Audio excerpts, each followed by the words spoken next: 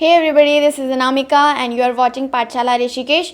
आज के वीडियो में हम बात करने वाले हैं ओलंपिक गेम्स के बारे में।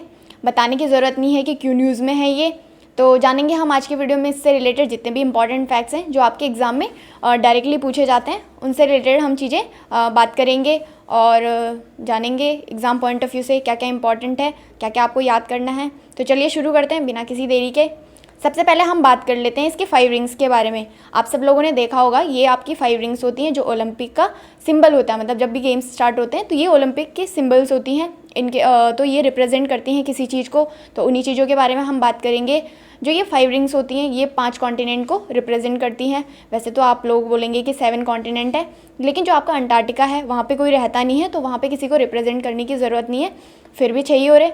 लेकिन जो आपका साउथ अमेरिका और नॉर्थ अमेरिका है उसको एक ही रिंग के थ्रू रिप्रेजेंट किया जाता है। तो हो गई आपकी टोटल 5 रिंग। अब बात कर लेते हैं कौन से रिंग कौन से कॉन्टिनेंट को रिप्रेजेंट करती है, क्योंकि डायरेक्टली क्वेश्चन यहाँ से भी बनता है। तो आपकी जो ब्लू रिंग है ये करती है आपके यूरोप कॉन्टिनेंट को रिप्रेजेंट। जो आपकी ब्लैक है ये करती है आपकी अफ्रीका कॉन्टिनेंट को। जो आपकी येलो है ये करती है आपकी एशिया कॉन्टिनेंट को। और जो आपकी ग्रीन है ये करती है आपकी ऑस्ट्रेलिया। और जो रेड मैंने बता ही दिया है कि नॉर्थ अमेरिका और साउथ अमेरिका दोनों को आपकी रेड रिंग रिप्रेजेंट करती है। तो ये आप एज इट इज़ याद कर लेंगे। क्वेश्चन बनेगा यहाँ से कि आपकी जो ब्लैक रिंग है, या मतलब कोई भी पूछ सकता है XYZ कि ये कौन सी जो ब्लैक रिंग है ये कौन से कॉन्टिनेंट को रिप्रेजेंट करती है। तो आपको ये याद कर लेने हैं। तो ये तो हमने बात कर ली इसके रिंग्स के बारे में। अब अगर हम इसके मोटो के बारे में बात करें जो कि न्यूज़ में है, तो इससे क्वेश्चन बहुत हाई चांसेस हैं कि इससे क्वेश्चन बनेंगे। अब न्यूज़ में क्यों है वो हम अभी आगे देखेंगे। इसका जो मोटो था ओरिजिनली, पहले से जो इसका मोटो अभी तक चलता आ रहा था 2021 तक, इसके मोटो में थे आपके 3 word, CTS, ALTS and FORTIS। ठीक है, ये यहाँ आपके लैटिन वर्ड हैं। इनका जो इंग्लिश में मीनिंग होता है वो होता है आपका faster, higher and stronger. CTS का मतलब होता है फास्टर, ALTS का मतलब होता है हाइयर, FORTIS का मतलब होता है स्ट्रॉन्गर। ठीक है, आप इनको एज इट इज़ याद कर लेंगे, क्योंकि पूछा जा सकता है कि CTS का मतलब इंग्लिश में क्या होता है, तो आप इनको याद कर लेंगे। ट्रिक अगर याद करने की आपको चाहिए तो मैं थोड़ा थोड़ा आपको बता देती हूँ, जैसे मैंने याद करा हुआ है। सिटी, अगर आप सब लोग सिटी में रहते हैं तो आपको पता ही होगा, वहाँ पे सारी चीज़ें जो चलती हैं वो फास्ट चलती हैं। ऑल्टियस आप याद रख सकते हैं कि ऑल्टीट्यूड क्योंकि ऊंची जगहों के लिए यूज़ होता है, तो हाइयर ईजिली आ जाएगा। FORTIS आप फोर्स से याद रख सकते हैं कि जो भी स्ट्रॉन्ग बंदा होगा वो फोर्स ईजिली लगा सकता है। तो दैट इज़ मतलब ये ट्रिक है, इट्स अप टू यू कि आपको कैसे याद करना है। कोई ज़बरदस्ती नहीं है कि आप मेरी ट्रिक से याद करें, मतलब बस आपको याद होनी चाहिए चीज़ें, ये इंपॉर्टेंट है। तो ये तो 3 वर्ड हैं जो ओरिजिनली थे, अभी तक यही चलते आ रहे थे 2021 तक। लेकिन अभी 20 जुलाई 2021 को ओलंपिक कमेटी जो है, इंटरनेशनल ओलंपिक कमेटी, उन्होंने एक मीटिंग बिठाई, तो उन्होंने उसमें एक और वर्ड ऐड कर दिया है। यही आपका द हिंदू का आर्टिकल है, ये मैंने ऐड करा है यहाँ पे। तो जो नया वर्ड है वो कौन सा नया वर्ड है, उसका अब हो चुका है CTS, ALTS, FORTIS एंड कम्युनिटर। तो ये नया वर्ड जोड़ा गया है जिसका इंग्लिश में मीनिंग होता है टुगेदर। ये बेसिकली कोविड-19 को ध्यान में रखते हुए ओलंपिक कमेटी ने ये करा है कि मतलब इस मौके में सबको साथ रह के ही गेम में आगे बढ़ना है, क्योंकि अभी टोक्यो ओलंपिक आपको पता होगा कि पोस्टपोन हुए थे कोविड-19 की वजह से। तो ये फिर उसी वजह से ये चेंज किया गया। तो आप ये याद रख लेंगे कि कौन सा वर्ड नया ऐड करा गया है, तो दैट इज़ कम्युनिटर, जिसका कि इंग्लिश में मीनिंग होता है टुगेदर। तो अब 4 वर्ड हो चुके हैं, आप याद कर लेंगे इनको। तो अब बात कर लेते हैं इंडिया के बारे में कि इंडिया का क्या कॉन्टेक्स्ट है ओलंपिक में, जान लेते हैं। सबसे पहले जो इंडिया ने पार्टिसिपेट करा था ओलंपिक में वो करा था 1900 में। किसने करा था? एक ट्रांसजेंडर थे जिनका नाम है नॉर्मन प्रिचार्ड, इन्होंने करा था और 2 मेडल ये जीत के लाए थे उस टाइम पे, जब इन्होंने 1900 में पार्टिसिपेट करा था। क्योंकि उस टाइम पे ब्रिटिश रूल कर रहे थे इंडिया पे, तो उन्होंने ही भेजा था इनको, नॉर्मन प्रिचार्ड को, और ये 2 मेडल जीत के लाए थे, दोनों सिल्वर मेडल थे। तो ये इंपॉर्टेंट है इनका नाम कि पहली बार इंडिया ने कब पार्टिसिपेट करा था। अगर हम एक टीम की बात करें, वो तो एक इंडिविजुअल गए थे, अगर हम एक टीम की बात करें कि इंडिया की पहली टीम कब गई थी, तो 1920 के समर ओलंपिक जो हुए थे वहाँ पे इंडिया ने अपनी टीम भेजी थी। तो ये इंडिया की बात रहेगी कि उन्होंने टीम कब भेजी और इंडिविजुअली कब गए थे। अगर हम बात करें और कुछ चीज़ों के बारे में इंडिया का, तो आपको पता होगा इंडियन जो हॉकी टीम है वो बहुत ज़्यादा डोमिनेंट रही थी एक टाइम पे, मतलब ओलंपिक में, क्योंकि हमने जीते थे 10 मेडल्स जीते थे, जिसमें कि टोटल 12 ओलंपिक्स हुए थे जिनमें हमने 11 मेडल्स जीते थे। ये आप ध्यान रखेंगे कि 11 मेडल हमने जीते थे 12 ओलंपिक में टोटल, जो कि 1928 से 1980 के बीच हुए थे, जिसमें कि हमने 8 गोल्ड जीते थे। मतलब 11 में से हमने 8 गोल्ड जीते थे और 6 तो हमने कॉन्जिक्यूटिव जीते थे, मतलब 1928 से 1956 के बीच जो भी 6 ओलंपिक हुए उनमें हमने 6 के 6 में गोल्ड मेडल जीते और टोटल हमने 8 गोल्ड जीते थे और टोटल 11 मेडल। अब हमारे पास 12 हो चुके हैं, वो हम अभी आगे देखेंगे। अब इससे रिलेटेड कुछ और इंपॉर्टेंट फैक्ट्स के बारे में बात करें जहाँ से डायरेक्टली क्वेश्चन बनते हैं। मैंने कोशिश करी है कि मैं मतलब सिर्फ इंपॉर्टेंट चीज़ें रखूँ। तो अगर हम बात करें तो सब आप लोगों को पता होगा कि 4 ईयर में ओलंपिक एक बार होता है, मतलब 4 साल में ओलंपिक एक बार होता है। अगर हमने इनके सिंबल के बारे में बात कर ली कि सिंबल में 5 कलर की रिंग होती है, कौन से कॉन्टिनेंट को रिप्रेजेंट करती हैं वो हमने देख लिया है। अगर हम फ्लैग के बारे में बात करें कि सबसे पहले जो फ्लैग ओलंपिक का जो झंडा है वो कहाँ फहराया गया था, 1913 में इसको कॉन्स्टिट्यूट किया गया था, मतलब बनाया गया था, रिकोगनाइज करा गया था कि एक फ्लैग होगा ओलंपिक का। और 1920 में सबसे पहले झंडा जो है वो फहराया गया था। अब 1920 से आप कनेक्ट करके चीज़ें पढ़ सकते हैं। हमने पढ़ा कि 1920 में हमने अपनी टीम भेजी थी, मतलब इंडिया ने अपनी टीम भेजी थी। तो आप ऐसे याद कर सकते हैं कि जब भी इंडिया की टीम गई थी उस टाइम पे जो फ्लैग था वो फहराया गया था।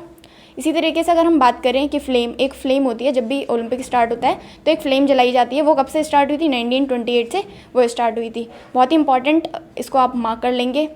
जो हेड ऑफिस है, मतलब ओलंपिक कमेटी, जो इंटरनेशनल ओलंपिक कमेटी है, उसका हेडक्वार्टर कहाँ है? लॉजेन, स्विट्जरलैंड में है। इसी तरीके से हम इंडियन ओलंपिक कमेटी की बात करें, जो कि हमारी नेशनल ओलंपिक कमेटी है, उसके हेडक्वार्टर आपके न्यू दिल्ली में आपको मिलेंगे। 1927 में इसकी फॉर्मेशन हुई थी और नीता अंबानी इसकी अभी भी चेयरमैन है और पहली महिला ये चेयरमैन थी। तो ये कुछ चीज़ें आप नोट कर लेंगे इनको भी। पार्टिसिपेशन हमने देख लिया कि 1900 में सबसे पहले पार्टिसिपेशन हुआ था वुमेन का ओलंपिक में।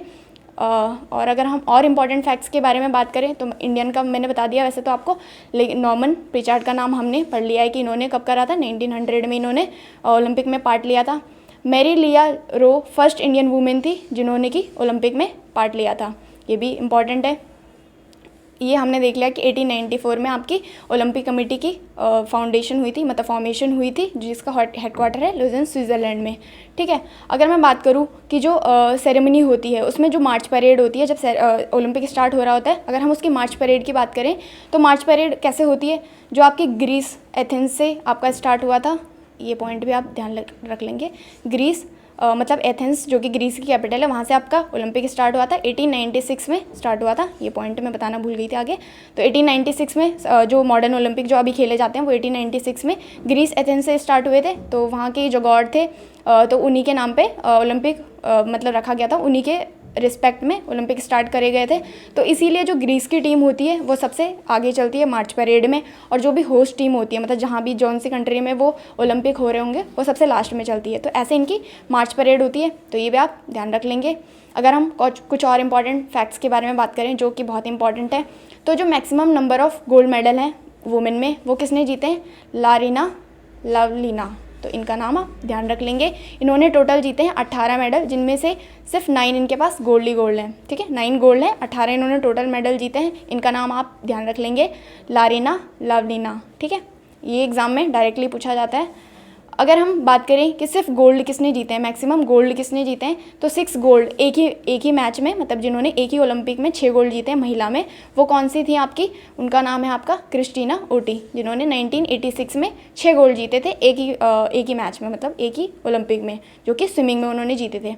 अगर हम मैक्सिमम गोल्ड की बात करें मेन में, या फिर मैक्सिमम जिनके पास मेडल हैं, वो हैं आपके, इनका नाम तो सबने खैर सुना होगा, माइकल फेल्प्स का नाम, यूएसए के हैं ये, जिन्होंने कि टोटल कितने, जिनके पास 28 टोटल इनके पास मेडल हैं, 8 इनके पास गोल्ड है, मतलब इन्होंने एक ही मैच में 8 गोल्ड जीते हैं, तो इनके पास मैक्सिमम है। अगर हम टीम की बात करें कि सबसे ज़्यादा रशिया के पास हैं आपके जो मेडल हैं, सबसे ज़्यादा रशिया के पास हैं, जो हैं आपके 55 गोल्ड। अगर हम अगर हम कंट्री की बात करें तो अभी तक की 55 गोल्ड हैं रशिया के पास, सबसे ज़्यादा गोल्ड। ठीक है, एक ही ओलंपिक में। तो ये तो बात कर ली हमने कि पहले किसके पास सबसे ज़्यादा गोल्ड थे, किसके पास वुमेन में, मैन में, सबके बारे में हमने बात कर ली, टीम के बारे में बात कर ली। अब इस फोटो को देख के तो आपको बहुत ही प्राउड फील हो रहा होगा, तो इसके बारे में हम अभी आगे बात करने वाले हैं कि कौन कौन है ये, कहाँ हमने जो भी हमने टोक्यो ओलंपिक हुए हैं अभी, उनमें हमने कैसे कैसे पार्टिसिपेट करा, इंडिया ने क्या क्या जीता, तो उसके बारे में जान लेते हैं। तो 48th प्लेस इंडिया ने हासिल करा हमारे टोक्यो ओलंपिक में। हम यहाँ पे पैरा ओलंपिक की बात नहीं कर रहे हैं, आप उसको इससे कंफ्यूज मत होइए, क्योंकि अगर आपको पैरा ओलंपिक पे वीडियो चाहिए तो मैं एक छोटी सी वीडियो अलग से ले आऊँगी, आप वो बता दीजिएगा मेरे को। लेकिन अभी अगर हम टोक्यो ओलंपिक की बात करें तो 48th प्लेस इंडिया को मिला है। अगर हम पैरा ओलंपिक की बात कर लेते हैं तो 24th, अगर याद करने के लिए मैं आपको यहीं पे बता देती हूँ, क्योंकि 48 का हाफ कितना होता है 24, तो 24th प्लेस हमने कहाँ पैरा ओलंपिक में लिया, जहाँ हमने टोटल 19 मेडल जीते थे। और जो टोक्यो ओलंपिक की बात करें तो वहाँ पे हमने 7 मेडल्स टोटल जीते हैं। 7 मेडल्स वो हम आगे अभी बात करने वाले हैं किस किस ने जीते हैं, तो उसके बारे में देख लेते हैं कौन कौन है वो। एक सेकेंड में पीछे, ठीक है।